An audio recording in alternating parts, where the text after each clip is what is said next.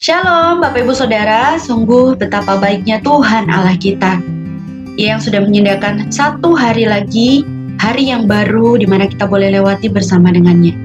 Mari pagi ini kita menemukan firman Tuhan yang terambil dari Mazmur pasalnya yang ke-62 ayat yang pertama hingga ayat yang ke-12, dan ayat nats dalam renungan kita hari ini yaitu dalam Mazmur pasalnya yang ke-62 ayatnya yang kedua.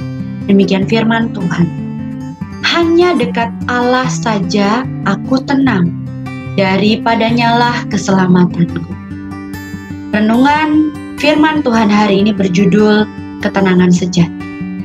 Nah Bapak Ibu Saudara, apakah hari ini ketika kita membuka mata kita, ketika kita merasakan setiap helaan napas yang ada, dan ketika kita melihat di sekeliling kita, apakah kita sudah merasakan ketenangan?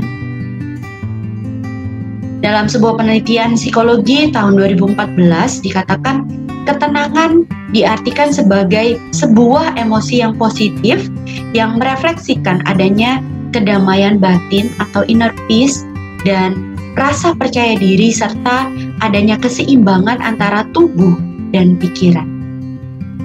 Akan tetapi ketika kita membaca dalam Mazmur pasalnya yang ke-62 ini, kita bisa menemukan bahwa ketenangan yang sejati hanya akan kita peroleh di dalam Tuhan, Allah kita.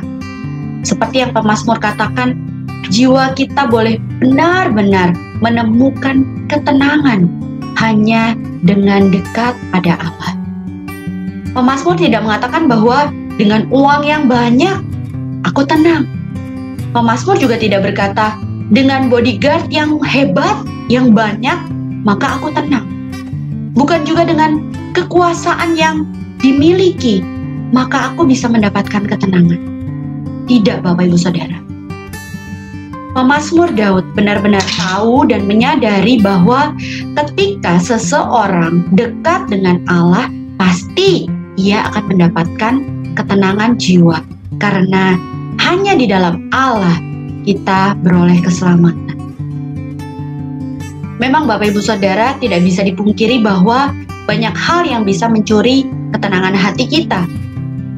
Masalah dalam keluarga misalnya, usaha atau pekerjaan, pergumulan keuangan, kekhawatiran mungkin akan masa depan, dan masih banyak hal lainnya yang dapat sewaktu-waktu mencuri ketenangan hati dan pikiran kita, dan tentunya akan berakibat pada hubungan kita dengan Tuhan, sampai kita pun bisa menjadi sulit untuk berdoa kepada Tuhan.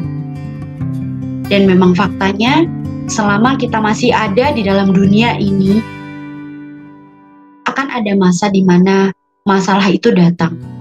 Tantangan silih berganti menghadang kita. Tetapi bukan itu poin utamanya. Yang terpenting adalah apapun yang kita alami, seperti Daud alami, bahkan seburuk apapun itu, kita boleh tetap merasakan ketenangan karena kita punya Allah yang adalah sumber keselamatan bagi kita. Inilah yang paling utama dalam hidup kita. Mari Bapak Ibu Saudara, melalui renungan hari ini, tetaplah menaruh harapan kepada Tuhan Allah kita dan temukanlah ketenangan sejati di dalam. Tuhan Yesus memberkati.